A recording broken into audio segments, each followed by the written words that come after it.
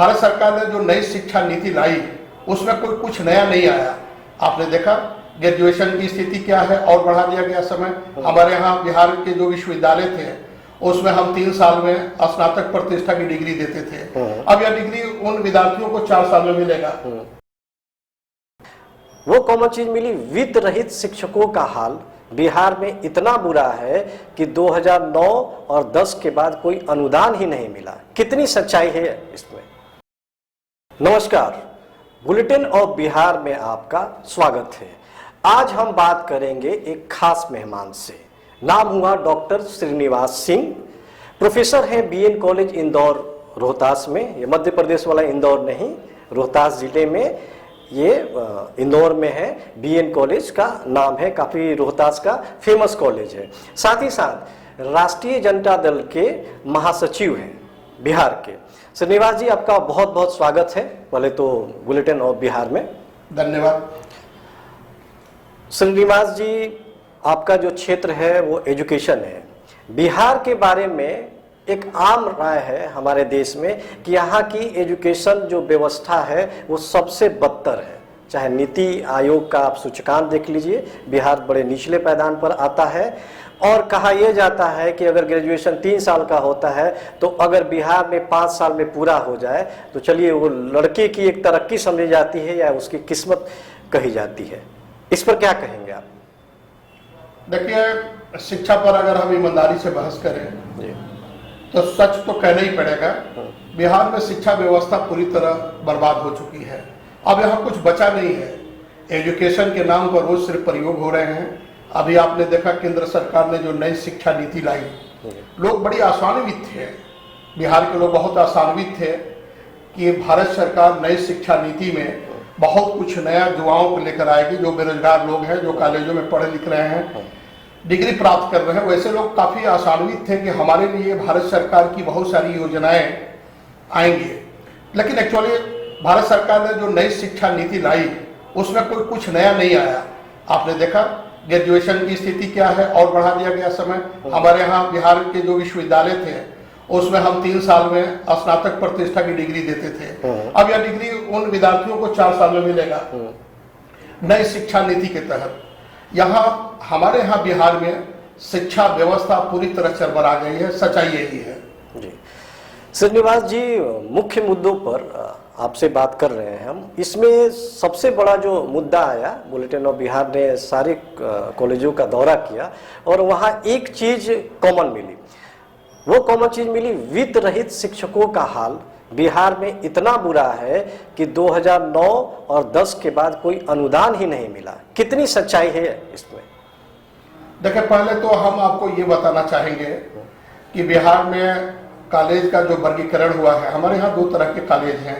एक है अनुभूत महाविद्यालय, दूसरा है संबंध महाविद्यालय। बाबू नीतीश कुमार जी जब सत्ता में आए तो ऐसा लगा, कुछ लोग का ये मानना है, मेरा भी मानना है, कुछ लोग काफी सरकार से आशान्वित हुए कि राष्ट्रीय जनता दल की सरकार जो कमेटी बनाई थी, कमेटी बनाने के बाद जो अनुशंसा लागू होने वाला था, तब तक चुनाव का समय आ गया और चुनाव हो गया। तो लोग आशा करते थे कि नई सरकार आएगी तो कुछ वित्त रहित शिक्षकों के लिए कुछ नया चीज करेगी। नई गवर्नमेंट ने वित्त को हटाकर शिक्षा रहित इन्होंने किया। वित्त रहित शिक्षा नीति को इन्होंने समाप्त कर दिया और बाबू नीतीश कुमार जी ने स्पष्ट रूप से कहा कि बिहार का जो एजुकेशन में लाइब्रोसी था, जो कुष्ठ था शिक्षा के क्षेत्र में, उसको हमने समाप्त कर दिया। हमने वित्त रहित शिक्षा नीति समाप्त कर दी और हम इन कॉलेजों में कार्यरत लोगों को वित्त देने के लिए हम तैयार हैं। अनुदान की बात कही गई। अनुदान कैसे मिल रहा है आपसे छुपा हुआ नहीं, आप मीडिया के लोग हैं। अभी लंबे समय से मुझे लगता है कि 10-11 के बाद किसी कॉलेज को अनुदान अभी तक नहीं मिला है। आप जरा ईमानदारी से पूछिए सरकार से, मैं भी पूछना चाहता हूं सरकार से कि जिन कॉलेजों में कार्यरत शिक्षक हैं और शिक्षक कर्मी हैं, वहां उन शिक्षकों को अगर 11 वर्ष से अनुदान नहीं मिले, उनको वेतन नहीं मिले, तो उनकी क्या स्थिति होगी? उनकी क्या स्थिति होगी? इस महंगाई के दौर में उनके परिवार के लोग कैसे जिंदा हैं, वो अपने बाल बच्चों को कैसे पढ़ा रहे हैं और समाज में अपने आप को कैसे स्थापित कर रहे हैं, ये तो सोचने की बात है। लगभग 11-12 बरस हो गए उन शिक्षकों को अनुदान मिले हुए। कैसे चलेगा ये शिक्षा, आप समझ सकते हैं। पहले भी कहा गया है कि जो शिक्षक भूखा रहेगा वो ज्ञान क्या बांटेगा। तो हमारे यहाँ वित्त रहित की स्थिति बहुत खराब है, कॉलेज में भूखमरी की स्थिति है। सभी लोग, सच तो यह है कि उनका जॉब सेटिस्फेक्शन का स्केल डाउन होने लगा। उनको ऐसा लग रहा है कि हम नौकरी कर ही नहीं रहे हैं। और मैं आज तक इस बात को समझ नहीं पाया कि सरकार इस पर ध्यान क्यों नहीं दे रही है। शिक्षा विभाग आखिर कर क्या रहा है। और हमारी शिकायत माननीय मुख्यमंत्री जी से भी है। आप लगातार कैबिनेट की बैठक करते हैं, लेकिन वित्त रहित शिक्षा नीति पर एक भी प्रस्ताव आपके कैबिनेट में नहीं आता है। अब हम पूछना चाहते हैं, हम धन्यवाद देना चाहते हैं नीतीश कुमार जी को। इन्होंने जो संबंध महाविद्यालय में जो कार्यरत शिक्षक थे, एक तो कॉलेज सेवा आयोग से शिक्षक गए थे और दूसरे शिक्षक प्रबंधन समिति द्वारा बहाल किए गए थे।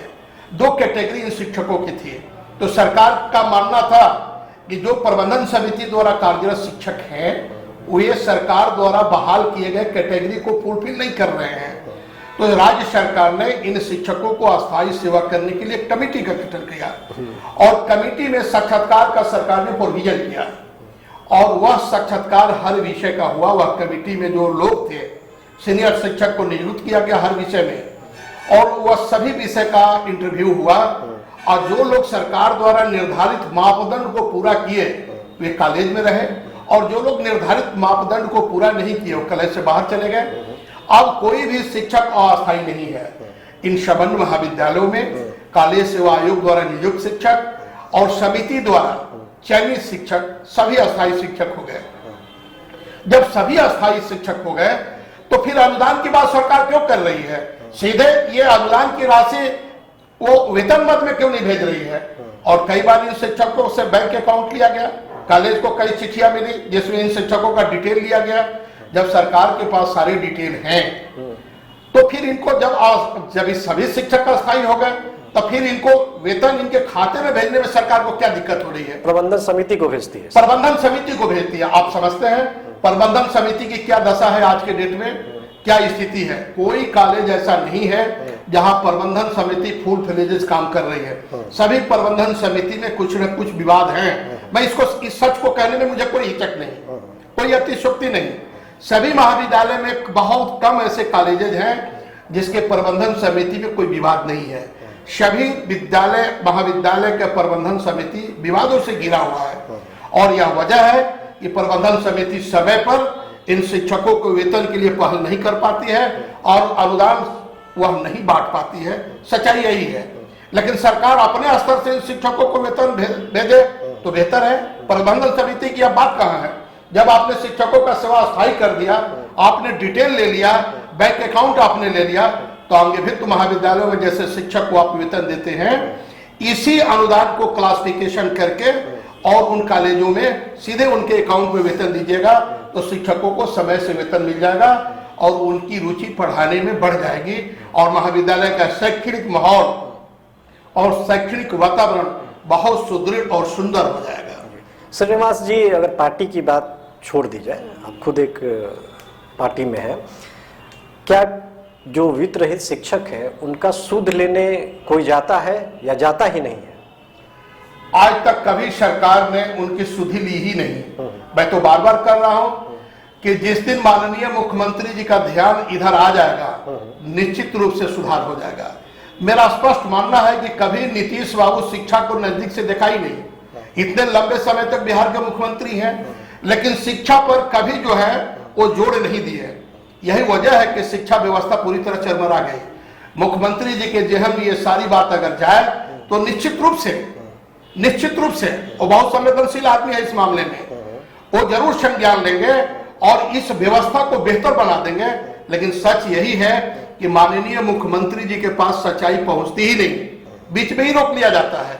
अगर माननीय मुख्यमंत्री जी के यहाँ ये सारी बातें पहुंच जाए कि शिक्षक 11 बरस से भूखे मर रहे हैं, अनुदान की राशि बैंक अकाउंट में पड़ा हुआ है और उन्हें वेतन नहीं मिल रहा है, तो निश्चित रूप से सरकार इस पर पहल करेगी।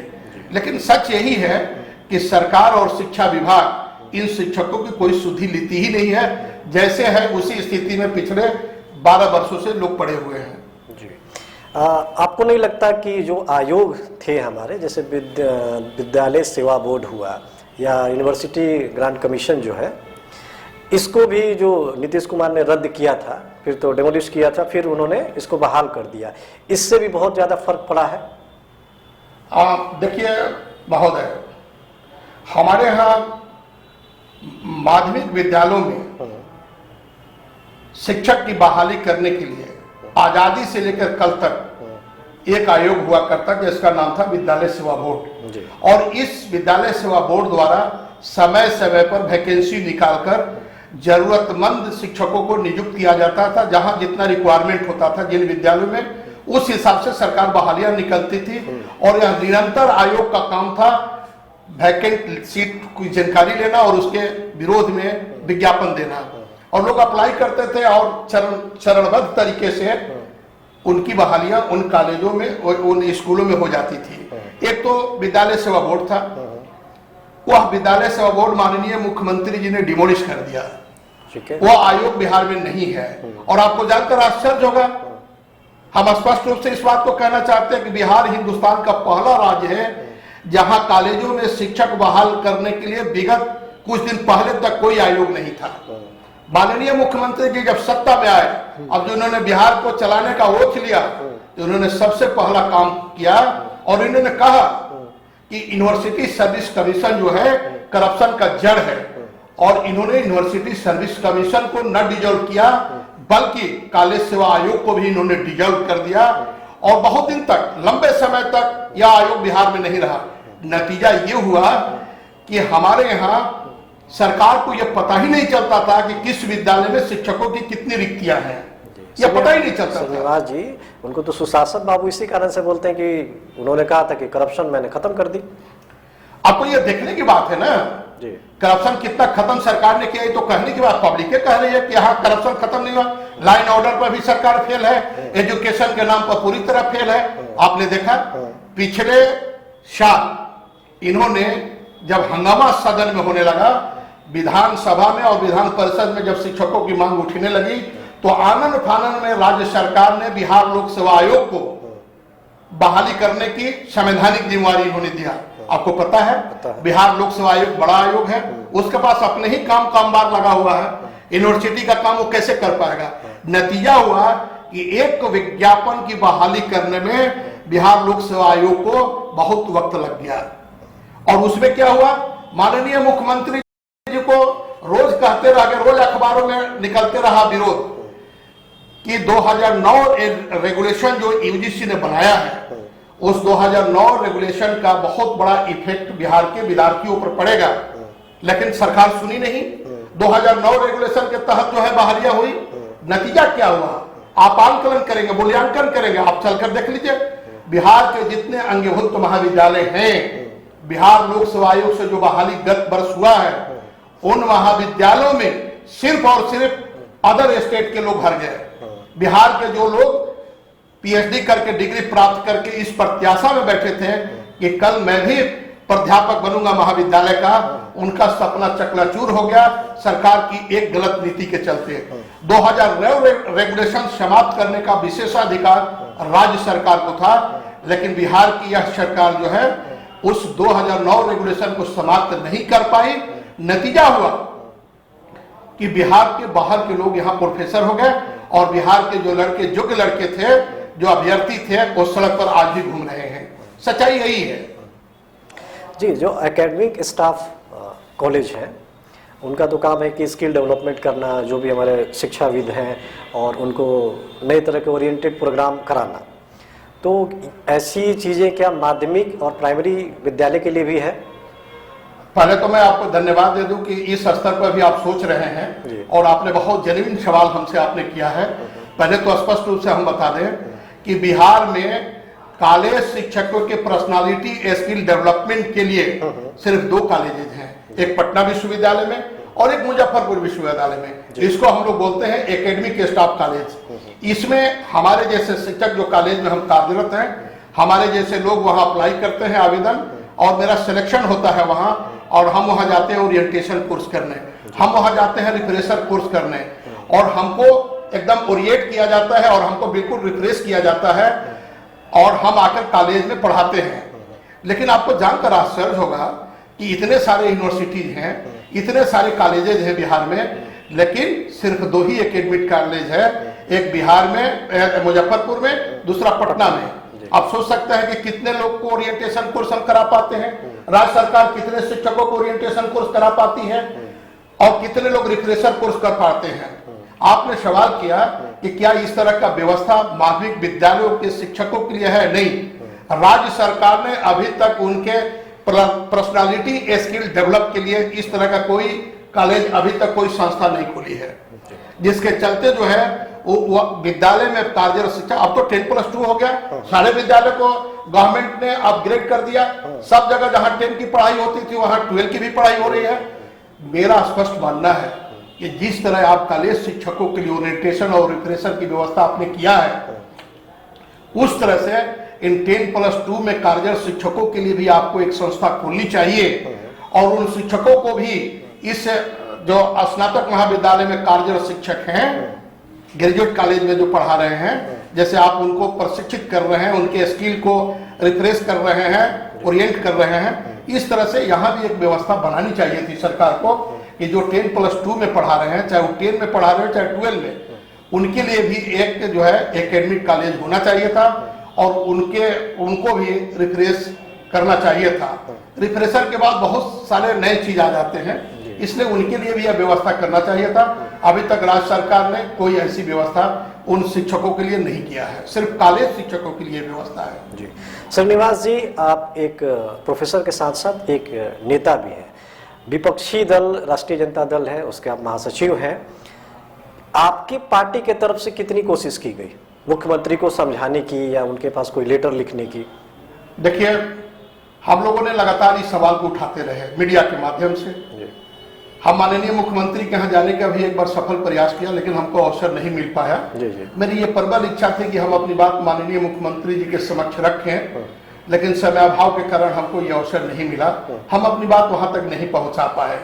मेरी प्रबल इच्छा थी, लेकिन जब हाउस में ये सवाल उठा, विधानसभा में ये सवाल उठा कि 2009 रेगुलेशन के चलते जो है बिहार के विद्यार्थी छट रहे हैं, तब राज्य सरकार ने, माननीय मुख्यमंत्री जी ने बहुत इसको गंभीरता से लिया और जब इतिहास विभाग का साक्षात्कार चल रहा था बिहार लोक सेवा आयोग में, तब आनंद फानन में सरकार ने इस 2009 रेगुलेशन को तत्काल प्रभाव से समाप्त कर दिया। तब तक तो सारी बहालियां हो चुकी थी, तब तक सारे विषयों में साक्षात्कार हो चुके थे। इससे राज्य सरकार को बहुत नुकसान हुआ। आपको जानकर आश्चर्य होगा कि इस 2009 रेगुलेशन के तहत कई विश्वविद्यालयों ने प्रमाण पत्र भी इशू किया था, जैसे मगध विश्वविद्यालय, वीर कुंवर सिंह विश्वविद्यालय, पटना विश्वविद्यालय। ये सारे विश्वविद्यालय ने 2009 रेगुलेशन के तहत जो लोग पीएचडी किया था, यूनिवर्सिटी से डिग्री लिया था, उस आशय का प्रमाण पत्र इन लोगों ने निर्गत किया था और स्पष्ट रूप से विश्वविद्यालय ने लिखित रूप से, मेरे पास प्रमाण पत्र है, लिखित रूप से इन लोगों ने एक प्रमाण पत्र दिया और उसमें यह कहा गया कि 2009 रेगुलेशन में जो 11 कंडीशंस हैं, उसमें से 6 कंडीशन, 7 कंडीशन जो लोग फुलफिल किए हैं वे साक्षात्कार में भाग लेंगे। प्रमाण पत्र निर्गत किए गए, प्रमाण पत्र बिहार लोक सेवा आयोग को भेजा भी गया, लेकिन बिहार लोक सेवा आयोग ने किसी भी वैसे प्रमाण पत्र देने वाले को साक्षात्कार में नहीं बुलाया, जिसके चलते बिहार के योग्य अभ्यर्थी वंचित रह गए और अदर स्टेट के लोग इसका लाभ उठाकर सरकारी कॉलेजों में प्राध्यापक बन गए और बिहार के अभ्यर्थी सड़क पर रह गए। जी, शिक्षा कितना महत्व रखता है ये किसी को बताने की जरूरत नहीं है।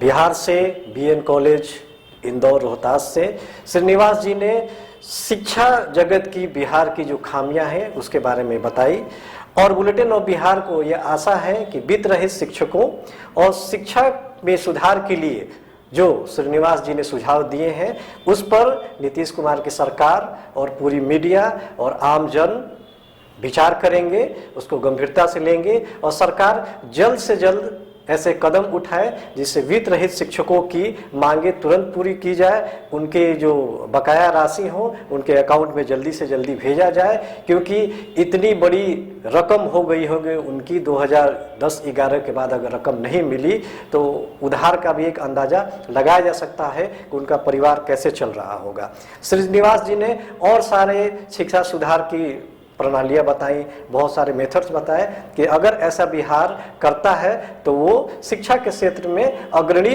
हो ही सकता है और जल्दी ही अग्रणी होगा। बुलेटिन ऑफ बिहार को ये आशा है कि मुख्यमंत्री नीतीश कुमार की सरकार इस चीज़ों को बड़ी गंभीरता से लेगी। श्रीनिवास जी, हमारे चैनल में आप आए और अपने विचार रखें, इसके लिए बहुत बहुत धन्यवाद। Thank you very much.